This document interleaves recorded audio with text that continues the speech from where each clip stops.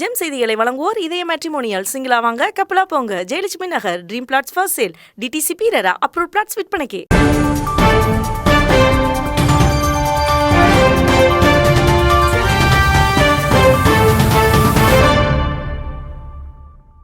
வணக்கம். இந்திய நேரப்படி மதியம் 1:30 மணி செய்திகள். முதலில் ஜெம் தலைப்புச் செய்திகளை காணலாம்.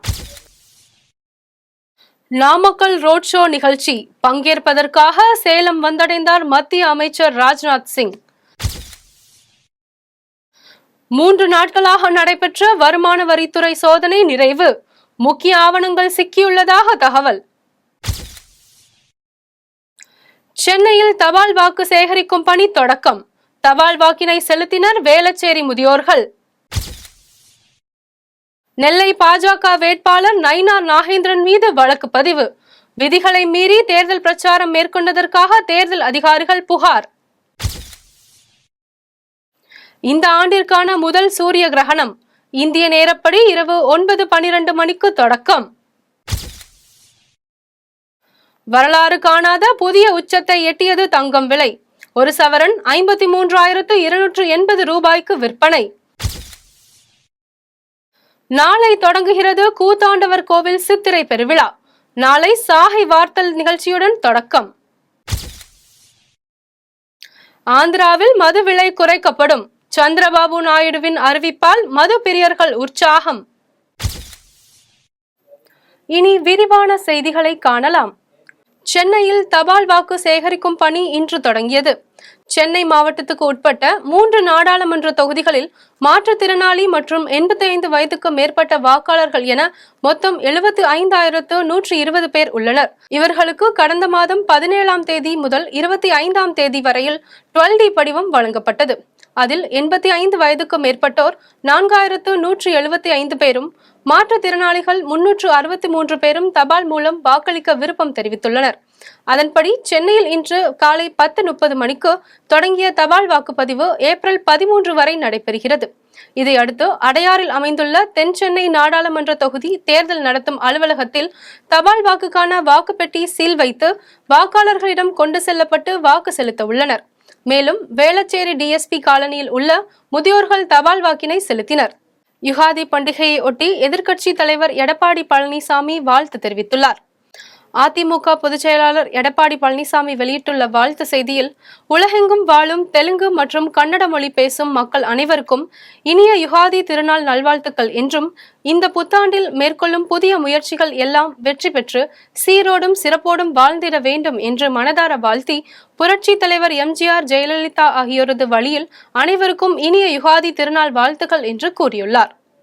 தமிழகத்தில் 3 நாட்களாக நடந்த வருமான வரித்துறை சோதனையில் முக்கிய ஆவணங்கள் சிக்கியுள்ளதாக தகவல் வெளியாகியுள்ளது. நாடாளுமன்ற தேர்தலையொட்டி வருமான வரித்துறையினர் தொடர்ச்சியாக சோதனை மேற்கொண்டு வருகின்றனர். அந்த வகையில் சென்னையில் கடந்த 5ஆம் தேதி தொடங்கிய வருமான வரி சோதனை 3 நாட்களாக நடைபெற்று வந்த நிலையில் நேற்று இரவுடன் சோதனை முடிவடைந்துள்ளது.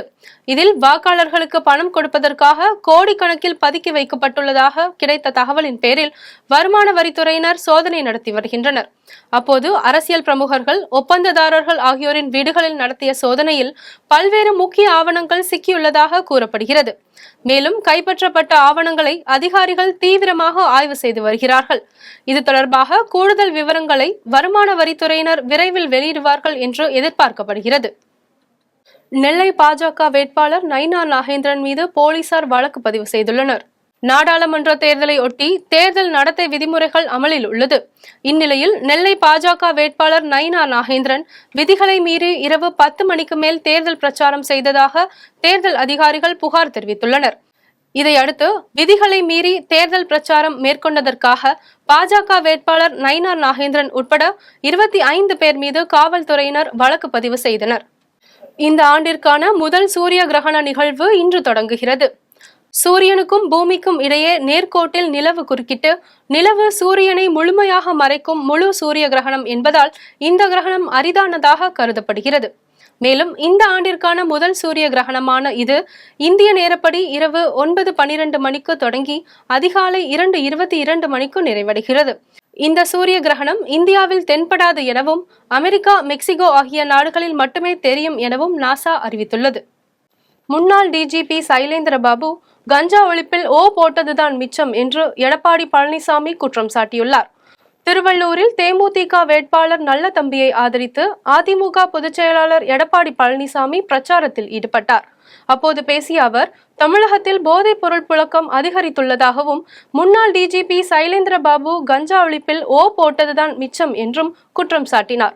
இந்தியாவில் தமிழகம் பின்னோக்கி செல்வதாக தெரிவித்த அவர், திருவள்ளூர் மாவட்டத்தில் அதிமுக செய்த சாதனைகளை பட்டியலிட்டு பேசினார். தொடர்ந்து பேசிய அவர், அதிமுக ஆட்சியில் கொண்டு வந்த திட்டத்தை திமுக ஆமை வேகத்தில் நடத்தி வருவதாக குற்றம் சாட்டினார். இன்னைக்கு சிந்தித்து செயல்படக்கூடிய மக்கள் அவர்களுக்கு பொய்யெல்லாம் எடுபடா ஸ்டாலின் அவர்களே. இன்னைக்கு விஞ்ஞான உலகம் லைவ்ல போயிட்டு உங்க அருமை நம்பர் செல்லில் எடுத்துட்டே இருக்கிறாங்க.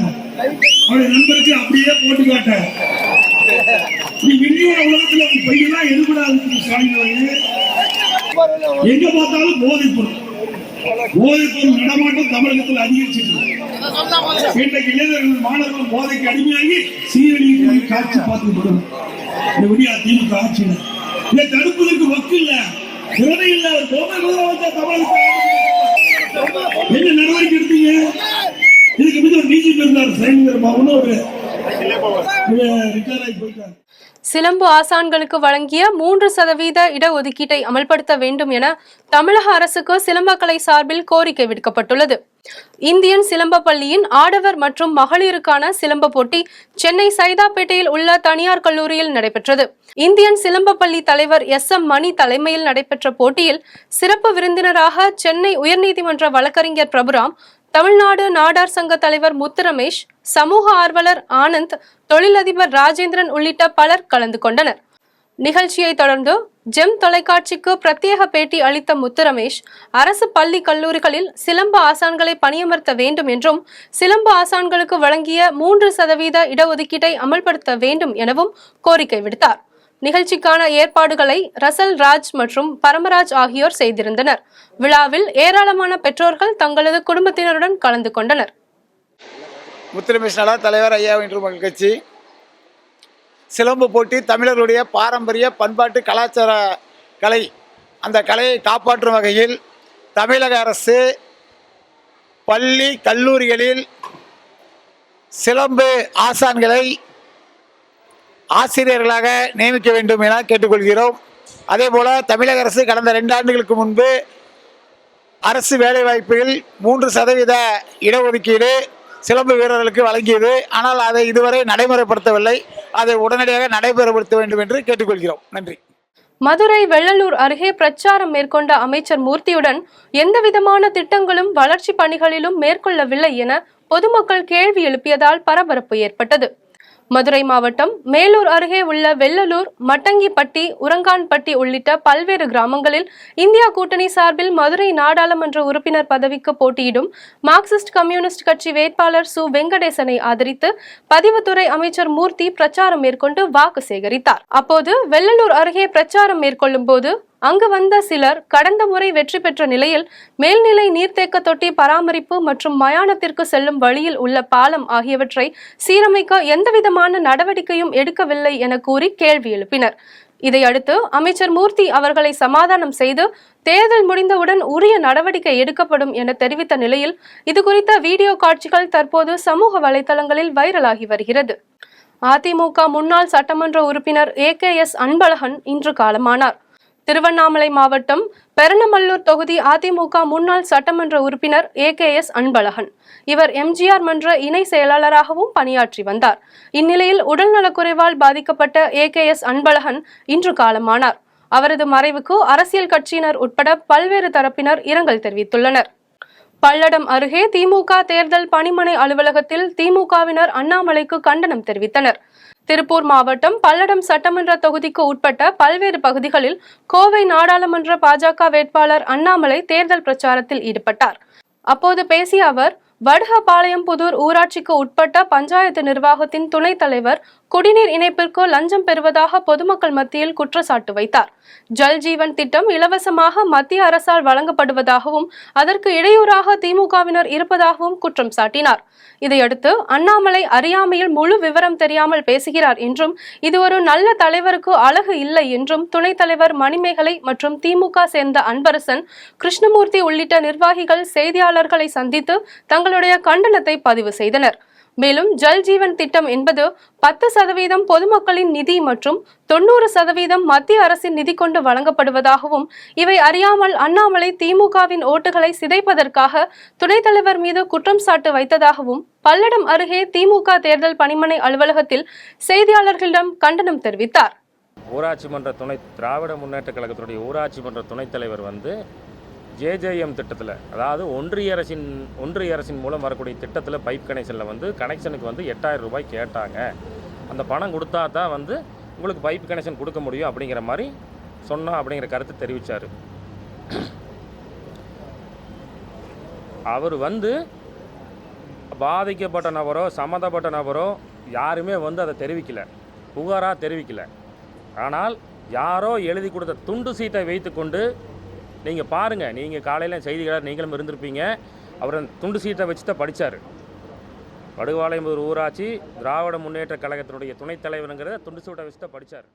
தமிழகத்தில் முதலமைச்சர் மு.க. ஸ்டாலின், பிரதமர் மோடி ஆகிய 2 டுபாக்கூர்கள் வாக்கு கேட்டு வருவதாக முன்னாள் அமைச்சர் செல்லூர் ராஜு தெரிவித்துள்ளார். மதுரை தொகுதி அதிமுக வேட்பாளர் சரவணனை ஆதரித்து முன்னாள் அமைச்சர் செல்லூர் ராஜு சிம்மக்கல் பகுதியில் உள்ள பல்வேறு பகுதிகளில் வாக்கு சேகரித்தார். தொடர்ந்து அப்பகுதி வாக்காளர்கள் பூரண கும்ப மரியாதை அளித்தும் மலர்கள் தூவியும் வரவேற்பு அளித்தனர். தொடர்ந்து பிரச்சாரத்தில் பேசிய முன்னாள் அமைச்சர் செல்லூர் ராஜு, 3 ஆண்டு திமுக ஆட்சியில் எந்த புதிய திட்டங்களும் கொண்டு வராமல் தற்போது வாக்கு கேட்டு வருகின்றனர்.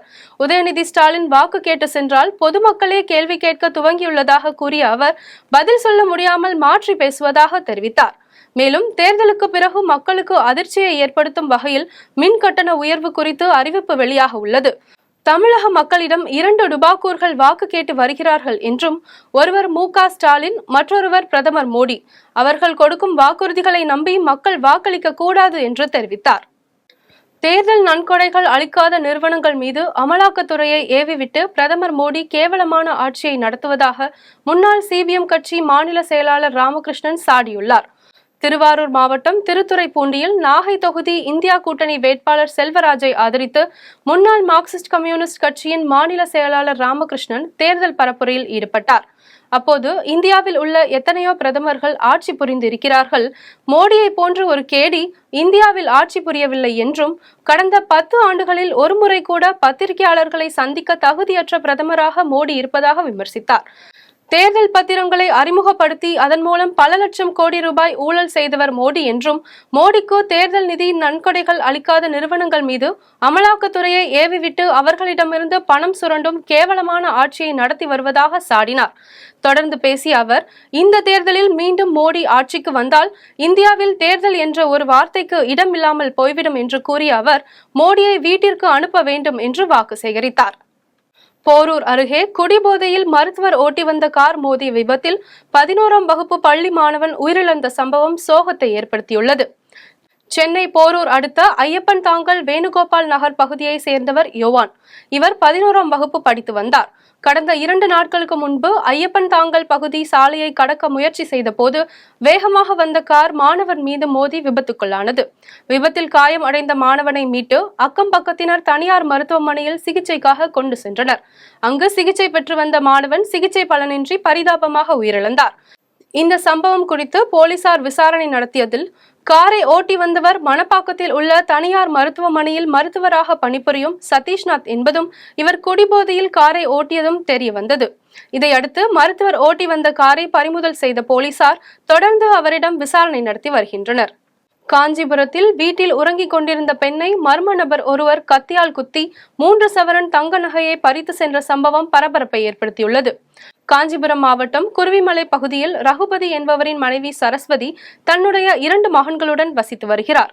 இந்நிலையில் சரஸ்வதி வீட்டில் உறங்கிக் கொண்டிருந்த போது நள்ளிரவு 2 மணி அளவில் அடையாளம் தெரியாத மர்ம நபர் ஒருவர் கத்தியுடன் வீடு புகுந்து கத்தியால் வயிற்று பகுதியில் குத்தியும், தடுக்க வந்த கையை அறுத்தும், கழுத்தில் இருந்த 3 சவரன் தங்க சங்கிலி மற்றும் 2 சவரன் தங்க செயினை அறுத்து தப்பி செல்ல முயன்ற போது 2 சவரன் செயினை கீழே போட்டுவிட்டு 3 சவரன் தங்க செயினை எடுத்துக்கொண்டு தப்பி ஓடியுள்ளார். தகவலறிந்து வந்த மாகரல் காவல்துறையினர் சரஸ்வதியை காஞ்சிபுரம் அரசு தலைமை மருத்துவமனையில் அனுமதித்த பின்பு கைரேகை நிபுணர்களை அழைத்து மர்ம நபரை தேடி வருகின்றனர். நேபாள் நாட்டில் நடைபெற்ற ஓபன் கராத்தே டோர்னமெண்டில் கலந்து கொண்டு வெற்றி பெற்ற தமிழகத்தை சேர்ந்த ஹரிஹரனுக்கு திருவண்ணாமலையில் மேளதாளத்துடன் வரவேற்பு அளித்தனர். திருவண்ணாமலை மாவட்டம் செய்யாறு அடுத்த செங்காடு கிராமத்தில் முன்னாள் சட்டமன்ற உறுப்பினர் கமலக்கண்ணன் கலையரசியின் மகன் ஹரிஹரன் மதுரை காமராஜர் பல்கலைக்கழகத்தில் படித்து வருகிறார். இந்நிலையில் அவருக்கு நேபாள் நாட்டில் நடைபெறுகின்ற ஓபன் கராத்தே டோர்னமெண்டில் கலந்து கொள்ள வாய்ப்பு கிடைத்தது. இதனைத் தொடர்ந்து நேபாள் நாட்டில் பொக்காரோ என்ற இடத்தில் சுமார் 50 நாடுகள் கலந்து கொண்ட ஓபன் கராத்தே டோர்னமெண்டில் தமிழ்நாட்டை சேர்ந்த ஹரிஹரன் கலந்து கொண்டு தங்கப்பதக்கம் வென்றுள்ளார். இதனை வரவேற்கும் விதமாக செய்யாறு அடுத்த செங்காடு கிராமத்தில் கிராம மக்கள் ஒன்று கூடி மேளதாளத்துடன் மாலை அணிவித்து இனிப்புகள் வழங்கி பட்டாசு வெடித்து ஹரிஹரனுக்கு வரவேற்பு அளித்தனர். மேலூரில் உடலில் காயங்களுடன் இறந்து கிடந்த முன்னாள் காவலர் இறப்பு சம்பவம் குறித்து போலீசார் விசாரணை மேற்கொண்டு வருகின்றனர்.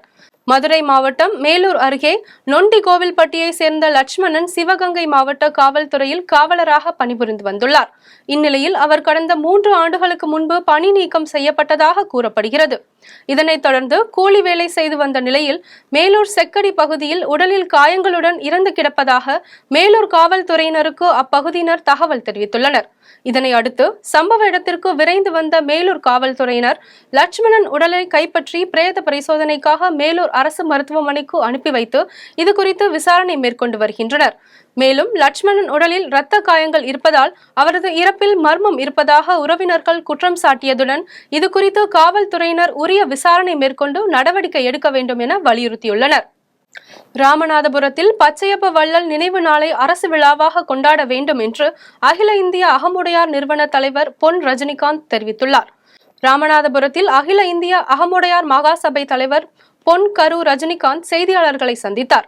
அப்போது பேசிய அவர் இவ்வாறு தெரிவித்தார். எங்க சமுதாயத்துல அனைவரும் ஒவ்வொருத்தரும் ஒரு கட்சியில இருக்காங்க, பயணிச்சுட்டு இருக்காங்க. அப்படின்னால நான் ஒரு குறிப்பிட்ட ஒரு கட்சிக்கு பொறுப்புல இருந்து பயணிக்கிறதுங்கிறது தவறு என்று தெரிந்து கொண்ட காரணத்தினால் அந்த கட்சியில் நான் வகித்த அனைத்து பதவிகளையும் ராஜினாமா செய்கின்றேன். இந்த தேர்தலை பொறுத்தவரை பார்த்தீங்கன்னாக்கா எங்களுக்கு நெடுங்கால ஒரு கோரிக்கை, மாமன்னர் மருதுபாண்டியுடைய சிலையை சிவகங்கையில் வைத்து தர வேண்டும். பாராளுமன்றத்தில் மாமன்னர் மருதுபாண்டியுடைய திருவுருவப்படம் வைக்க வேண்டும். அதேபோல் மிகப்பெரிய சமுதாயமாக இருந்து பொருளாதாரத்திலும் கல்வியிலும் பின்தங்கி இருக்கக்கூடிய எங்களது ஆமுடைய சமுதாயத்திற்கு எம்பிசி சலுகை அறிவிக்க வேண்டும். இது பழங்காலமாக அந்த கோரிக்கை இருக்கு. இந்த கோரிக்கைகளை யார் நிறைவேற்றேன் அப்படின்னு சொல்றாங்களோ நிச்சயம் அவங்களுக்கு எங்கள் அகில இந்திய மகாசபை இந்த தேர்தலில் உறுதுணையாக நிற்கும். அரக்கோணத்தில் பாமக வேட்பாளர் பாலுவை ஆதரித்து பாமகவினர் துண்டு பிரசுரங்களை வழங்கி வாக்கு சேகரித்தனர். ராணிப்பேட்டை மாவட்டம் அரக்கோணத்தில் பாஜக, அமமுக மற்றும் கூட்டணி கட்சியினருடன் பாமக வேட்பாளர் பாலுவை ஆதரித்து பாமகவினர் மாம்பழம் சின்னத்திற்கு தீவிர வாக்கு சேகரிப்பில் ஈடுபட்டனர். அரக்கோணம் 17வது வார்டில் வன்னியர் சங்க நகர செயலாளர் டெய்லர் நாகராஜ் தலைமையில் நடைபெற்ற தேர்தல் பிரச்சாரத்தில் மாவட்ட செயலாளர் சரவணன் கலந்து கொண்டு பொதுமக்களுக்கு துண்டு பிரசுரங்களை வழங்கி வாக்கு சேகரித்தார். அப்போது மாவட்ட துணை செயலாளர்கள் சத்யநாராயணன், ரமேஷ் பாபு மற்றும் நகர செயலாளர் மணி உள்ளிட்ட ஏராளமானோர் கலந்து கொண்டனர். ஊழல்ல என்னன்னு தெரியாத கூட்டணி தான் மோடி அவர்களுடைய கூட்டணி. ஆனால் எதிரில் இருக்கிறவர்கள் கோடி கோடியாக கொள்ளையடித்து ஊழலிலே சிக்கி திணறி கொண்டிருக்கிறவர்கள் தான் அகில இந்திய அண்ணா திராவிட முன்னேற்ற கழகத்தினுடைய கூட்டணி கட்சியாளர்களும் சரி, திராவிட முன்னேற்ற கழகத்தினுடைய கூட்டணி கட்சிகளும் ஊழலிலே சிக்கி திணறி கொண்டிருக்கிறார்கள். ஊழலற்ற மக்களின் ஆதரவோடு மக்கள் நலனிலே அக்கறை கொண்டிருக்கிற ஒப்பற்ற தலைவர் தான் பாரத பிரதமர் நரேந்திர மோடி அவர்கள். ஆகிய நரேந்திர மோடி அவர்கள் மீண்டும் பிரதமராக வேண்டும் என்று நாட்டு மக்கள் அனைவரும் வேலூரில் தேர்தல் பணியில் ஈடுபடும் அலுவலர்களுக்கான பயிற்சி வகுப்பு நடைபெற்றது. வேலூர் மாவட்டம் காட்பாடி, அரியூர், குடியாத்தம் உள்ளிட்ட பகுதிகளில் நாடாளுமன்ற தேர்தல் பணியில் ஈடுபடும் அலுவலர்களுக்கான தேர்தல் வகுப்புகள் நடைபெற்றது. இதனை மாவட்ட ஆட்சியர் சுபலட்சுமி மற்றும் தேர்தல் பார்வையாளர் ரூபேஷ்குமார் ஆகியோர் நேரில் பார்வையிட்டு ஆய்வு செய்தனர். தேர்தல் பணியில் ஈடுபடும் அலுவலர்களுக்கான தபால் வாக்குகள் அளிக்கும் மையம் அங்கு அமைக்கப்பட்டிருந்தது. இதில் பணியில் ஈடுபடும் அலுவலர்கள் தபால் வாக்கினை அங்கு சீல் வைக்கப்பட்டிருந்த பெட்டியில் செலுத்தினர். தேனியில் வாக்கு சேகரிக்க வந்த இபிஎஸ் அணியை சேர்ந்த அதிமுக வேட்பாளரை தடுத்து நிறுத்தியதால் பரபரப்பு ஏற்பட்டது.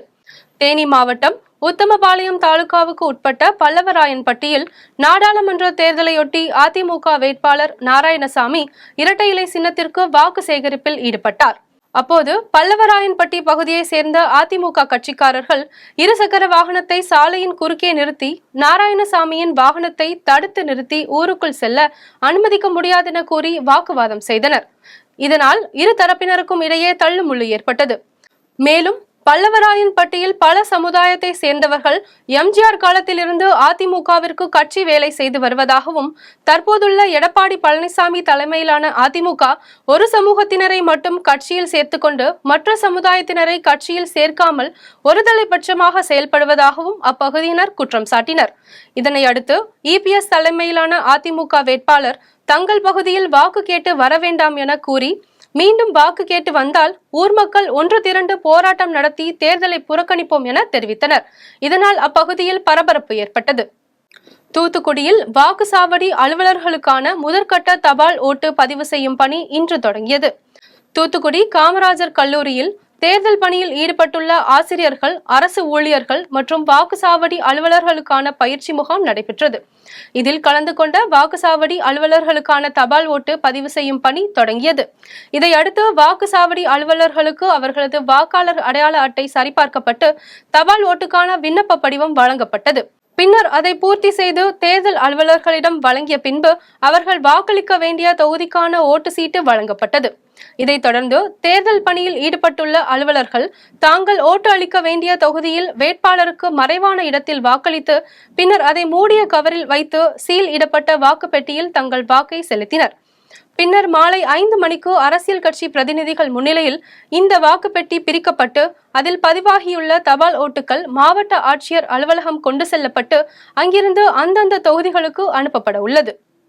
ராமநாதபுரத்தில் முஸ்லீம் லீக் கட்சியின் வேட்பாளர் நவாஸ் கனிக்கு ஆதரவாக ஏணி சின்னத்தில் வாக்கு சேகரிப்பு நடைபெற்றது. ராமநாதபுரம் மாவட்டத்தில் திமுக கூட்டணி கட்சியான இந்தியன் யூனியன் முஸ்லீம் லீக் கட்சியின் வேட்பாளர் நவாஸ் கனிக்கு ஆதரவாக ஏணி சின்னத்தில் வாக்கு சேகரிப்பு நடைபெற்றது. மூத்த காங்கிரஸ் கட்சியின் நிர்வாகியும் மாநில சிறுபான்மை ஆணைய தலைவருமான பீட்டர் அல்போன்ஸ் ராமநாதபுரம் ரோமன் சர்ச்சில் பிரார்த்தனை செய்த பின் கிறிஸ்தவ பக்தர்களிடம் நவாஸ் கனிக்கு ஆதரவாக ஏணி சின்னத்தில் வாக்குகளை சேகரித்தார். தொடர்ந்து செய்தியாளரிடம் பேசிய சிறுபான்மை காங்கிரஸ் ஆணைய தலைவர் பீட்டர் அல்போன்ஸ், தொடர்ந்து 10 ஆண்டுகளாக ஆட்சியில் இருந்த நரேந்திர மோடி கச்சத்தீவு பற்றி பேசாமல் தற்போது நாடாளுமன்ற தேர்தல் நேரத்தில் பொதுமக்களின் கவனத்தை திசை திருப்ப பேசி வருகிறார் எனவும் தெரிவித்தார். இதில் காங்கிரஸ் கமிட்டி பொறுப்புக்குழு உறுப்பினர் ராஜாராம் பாண்டியன், திமுக நிர்வாகி ரவிச்சந்திரன், ராமவன்னி மற்றும் ஏராளமான நிர்வாகிகள் கலந்து கொண்டனர். மீனவர்களுடனும் உரையாடி அவர்கள் வாக்குகளை பெறுவதற்கான முயற்சிகளை மேற்கொண்டோம். கச்சத்தீவை பற்றி அந்த மீனவர்கள் தெரிவித்த கருத்து உள்ளபடியே இந்த நாட்டு மக்களுக்கு தெரிவிக்கப்பட வேண்டிய கருத்து. 50 ஆண்டுகளுக்கு மேலாகிவிட்ட அந்த ஒப்பந்தத்தை மீண்டும் பரிசீலனை செய்வதிலே ஒருவிதமான பயனும் இல்லை. ஆனால் அந்த கச்சத்தீவை மீட்டெடுப்பதால் மட்டுமே எங்களுடைய மீன்பிடிப்பு பிரச்சனைகள் தீர்ந்து விடாது. பாக் ஜலசந்தியிலே நம்முடைய எல்லைக்குள்ளே மீன்பிடிப்பதற்கும் திருவண்ணாமலை அருகே ஸ்ரீ திரௌபதி அம்மன் ஆலயத்தில் பகாசுரன் சாதமிடுதல் நிகழ்ச்சி விமர்சையாக நடைபெற்றது. திருவண்ணாமலை மாவட்டம் மங்களம் கிராமத்தில் உள்ள ஸ்ரீ திரௌபதி அம்மன் ஆலயத்தில் 211வது ஆண்டு மகாபாரத அக்னி வசந்த விழா கடந்த 1ஆம் தேதி தொடங்கியது. இந்நிலையில் 7ஆம் நாளில் அதிகாலை நடை திறக்கப்பட்டு சாமிக்கு சிறப்பு அபிஷேக ஆராதனை நடைபெற்றது. பின்னர் இடும்பி ஞானகுறி நிகழ்ச்சி நடத்தப்பட்டு பகாசுரன் சாதம் வழங்கும் நிகழ்ச்சி நடைபெற்றது. இதில் ஏராளமான பக்தர்கள் கலந்து கொண்டனர். நிகழ்ச்சி ஏற்பாடுகளை கோயில் தர்மகர்த்தா பெருமாள், விழாக்குழு தலைவர் தங்கராஜ், செயலாளர் கண்ணன் உள்ளிட்டோர் செய்திருந்தனர்.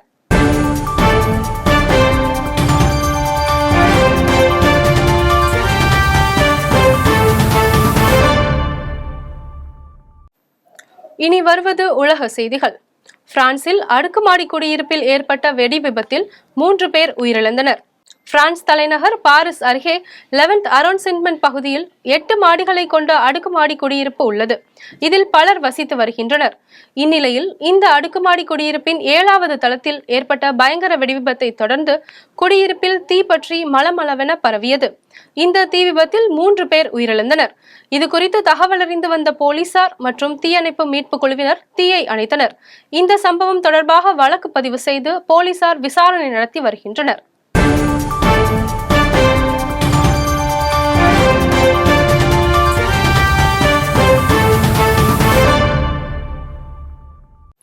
இனி வருவது விளையாட்டு செய்திகள். IPL கிரிக்கெட் போட்டியில் இன்று Chennai super Kings Kolkata night Riders அணிகள் பல பரீட்சை நடத்துகிறது. 17வது IPL கிரிக்கெட் போட்டி இந்தியாவில் பல்வேறு நகரங்களில் நடைபெற்று வருகிறது. இதற்கிடையே நேற்று நடைபெற்ற குஜராத் டைட்டன்ஸ் அணிக்கு எதிரான ஆட்டத்தில் 33 ரன்கள் வித்தியாசத்தில் லக்னோ சூப்பர் ஜெயண்ட்ஸ் அணி வெற்றி பெற்றது. இந்நிலையில் இன்று இரவு சென்னை சேப்பாக்கத்தில் நடைபெறும் ஆட்டத்தில் Chennai super Kings Kolkata night Riders அணிகள் பல பரீட்சை நடத்துகிறது.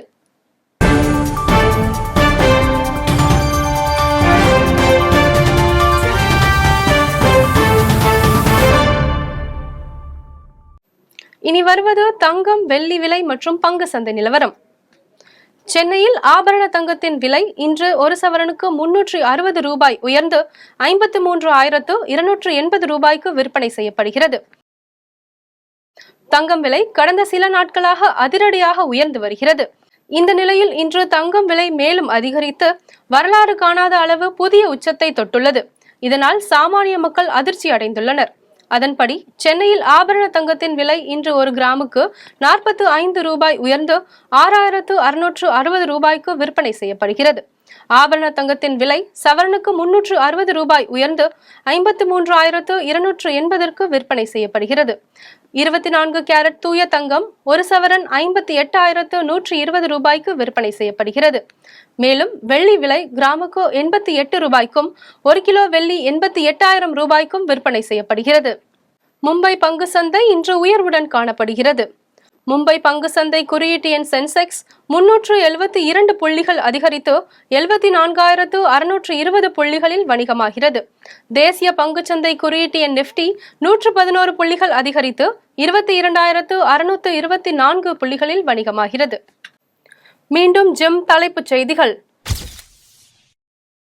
நாமக்கல் ரோட் ஷோ நிகழ்ச்சி பங்கேற்பதற்காக சேலம் வந்தடைந்தார் மத்திய அமைச்சர் ராஜ்நாத் சிங். 3 நாட்களாக நடைபெற்ற வருமான வரித்துறை சோதனை நிறைவு. முக்கிய ஆவணங்கள் சிக்கியுள்ளதாக தகவல். சென்னையில் தபால் வாக்கு சேகரிக்கும் பணி தொடக்கம். தபால் வாக்கினை செலுத்தினர் வேளச்சேரி முதியோர்கள். நெல்லை பாஜக வேட்பாளர் நயினார் நாகேந்திரன் மீது வழக்கு பதிவு. விதிகளை மீறி தேர்தல் பிரச்சாரம் மேற்கொண்டதற்காக தேர்தல் அதிகாரிகள் புகார். இந்த ஆண்டிற்கான முதல் சூரிய கிரகணம் இந்திய நேரப்படி இரவு 9:12 மணிக்கு தொடக்கம். வரலாறு காணாத புதிய உச்சத்தை எட்டியது தங்கம் விலை. ஒரு சவரன் 53,280 ரூபாய்க்கு விற்பனை. நாளை தொடங்குகிறது கூத்தாண்டவர் கோவில் சித்திரை பெருவிழா. நாளை சாகை வார்த்தல் நிகழ்ச்சியுடன் தொடக்கம்.